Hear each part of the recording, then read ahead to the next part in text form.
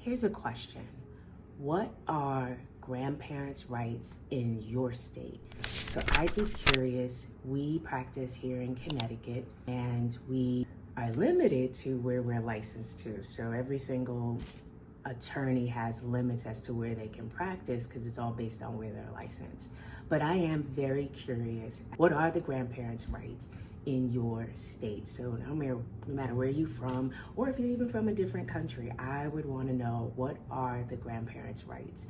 So there are rights for grandparents, and the easy answer is to say it depends.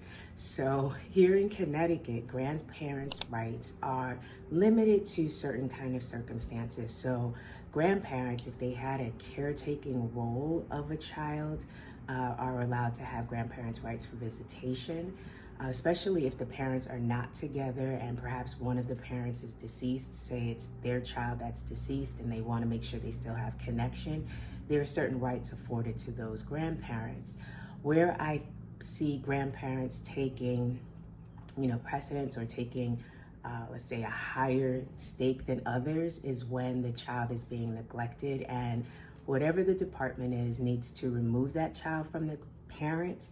Oftentimes the grandparents are the number one set of people that the Department of Connecticut Children and Families will look to. It's even on their specific steps that the parents are obligated to tell DCF who are the grandparents, how do you locate them, and they will have to consider whether or not those children should go to the grandparents. One other place that people don't really know about or don't actually exercise as often as they should is their rights in probate court. So here in Connecticut, grandparents can literally petition themselves at probate court to gain custody of their grandchildren. So the most common scenario where I see that it's actually granted is where the grandparents are caring for the children. They've been in their home for some period of time, and now this grandparent needs to actually act as a parent legally. For example, registering the child for school or getting medical care for the child, maybe even in an emergency. So grandparents can actually apply in probate court. I find probate court to be the nicest to grandparents here in Connecticut, in that grandparents make the petition and the probate court has a whole procedure in which they use to be able to determine whether or not that grandparent is suitable for the custody. But it's not as difficult as dealing with DCF, or not as difficult as dealing with family court and all the things that you have to prove.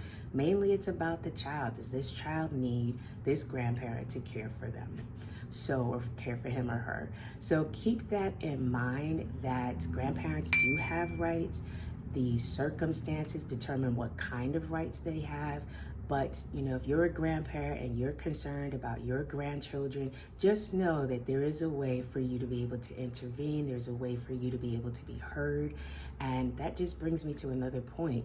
If your children have kids and they are in juvenile court, you can file a motion to intervene. And if granted, it gives you what I call a seat at the table to find out what's happening with the kids, what are the plans for the kids, and what you can do to help.